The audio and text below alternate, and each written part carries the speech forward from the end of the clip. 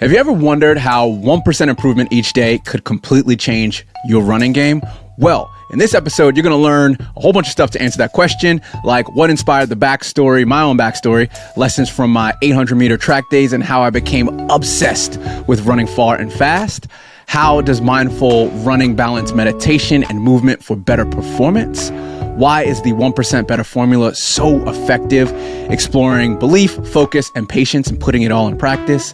Where can you start yourself to run 1% better each year in your life, and how to do it, and a bunch more. Every superhero has an origin story, and while I am far from a superhero, I am not even close, the guy that motivated me to do this 1% better thing every year is a superhero to most distance runners, Steve Prefontaine. Biohacking myself to answer one question. Let's rewind it back to when I was running track 20 years ago in college. Back in the track days, I got moved up to middle distance from sprinting. My coaches saw that I was stronger in the longer intervals than sprint guys, so they thought I could try out the 2 laps around the track as fast as possible, 800-meter event. I got really close with a super strong 800 and 1500-meter mid-distance runner named Shane. Before the first race of the year, all the distance guys were hanging out in someone's dorm room, about to watch a hype-up distance running movie. Remember, this is 2002, so there was no YouTube running channel to get hyped on. The movie was called Without Limits, about Steve Prefontaine, the distance runner, and it was the second one that was not the Jared Leto one. It's the good one. And I'll never forget one thing that Steve Prefontaine said casually to another runner: let's go out and run an easy 10-miler at 5-minute pace. As I was just starting to do long runs and longer intervals with the distance guys, I said to myself, well, how the hell does someone get so fit that they can run an easy 10-mile run at 5-minute pace?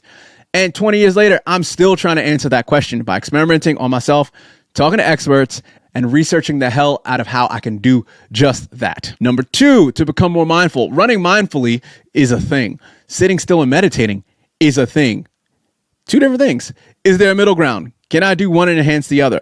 Running helps me get closer to that answer, I think at least. Number 3, accountability and control. Belief, focus, and patience seem to be the core pillars of most successful things in my life, and I just applied it to running, and now I'm realizing the power of combining all those and the multiples that you get from it. If I show up daily, weekly, monthly, quarterly, and yearly, I win. I also control the outcome of running and my own fitness and health goals. No one else, just me, my training consistency, nutrition recovery, and my genetics. Most things in life are affected by other people, but with running and health and fitness, I control that. And ironically, getting my fitness and health right affects all the other things in life because it's all the same. So now that we've established a backstory, let's fast forward it all the way to present day to do a quick race recap of my latest 7-year out of 10-year half marathon. So it's a very present, kind of live-ish update of all of it. All right, starting out. The 2024 New South Wales Half Marathon 7th year in a row. Let's do it.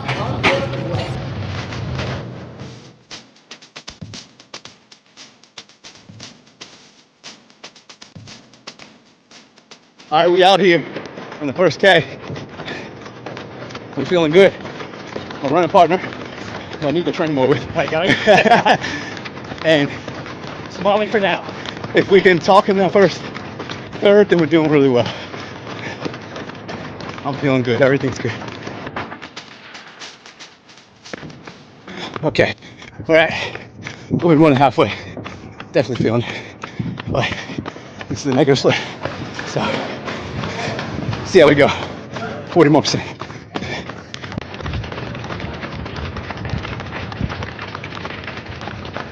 Loving the run sandals. It's so good.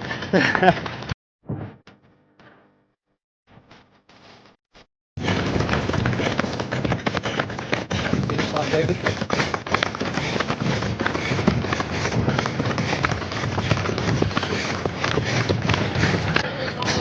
100 meters.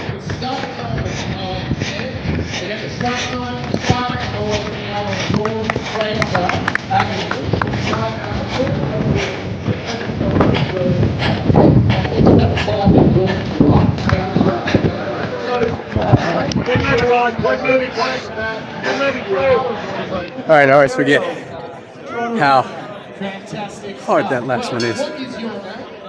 But we got it. We got a little bit over the distance. 124, which I'm cool with. I can handle that.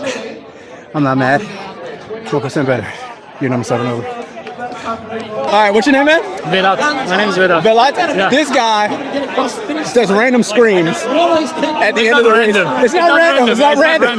So last 2K, just when I feel a little bit down, like I don't have a gel, nothing, Yeah. just to boost, like just to keep. I love it. Yeah. At first I was like, the hell is that? And then I was like, no, this dude's giving me, you got me pumped, man. Yeah. It was only 2 seconds. Yeah. I was like, I can't go with this guy. Good stuff, man. Yeah, thank you, man. Good job, man. It's been good fun. I was just telling Darren I just need to stay fit to pace a Sydney Marathon, which would be a world major, fingers crossed. Yeah. So I'm pacing the 3:10 bus. So it's a nice little bus. For those who do follow Darren, who are running Sydney Marathon, look out for me and my little flag. 3 hours, 10 minutes, that's 4:30 minutes a kilometer for those who are into metrics. He's a star. He's practicing his pacing. It's good fun. Pacing is giving back. There's only that much racing we can do. Pacing is always good. Love it. Love it. Thanks, buddy. How'd you feel, buddy? Good. What, with 126? Yeah. Nice. Nice, man. 126.06. Nice.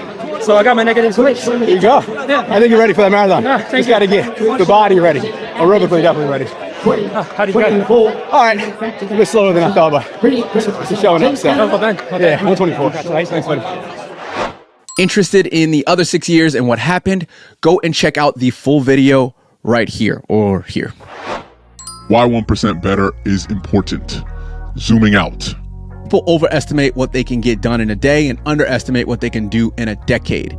All of this teaches me to slow down. All haste with no speed. Life is long, but I need a sense of urgency, as you never know when it's your time to end the race. Frequently asked questions, rebuttals. Well, why not other races like 10K or marathon?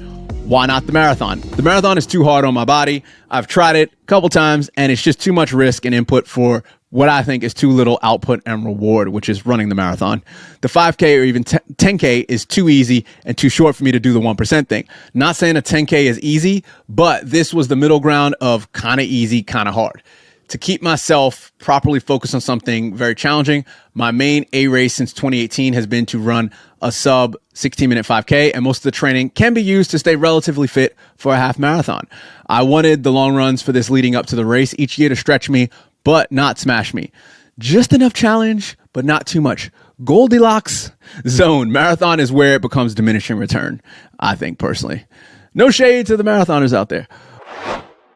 What I did that you can try. Pick a distance or race that you have control over if possible. I picked the half marathon because I knew I could do that distance comfortably, train for it in 6 weeks with whatever fitness I had, and I could do a DIY version of it pretty much anywhere. I like DIY races. Commit to this for 10 years. 10 years. Expect to have an off year or two. Always try to show up on those off years, even if you walk the event, walk the event. Making it a DIY event allows you to move things around your life because life is always happening. Races get canceled, you get sick, travel, family, etc. All right, this is a teaser of the actual full video where I go in depth on the last 6 years of what actually happened with my whole 1% better half marathon challenge that I gave myself. Go and check out that video right here.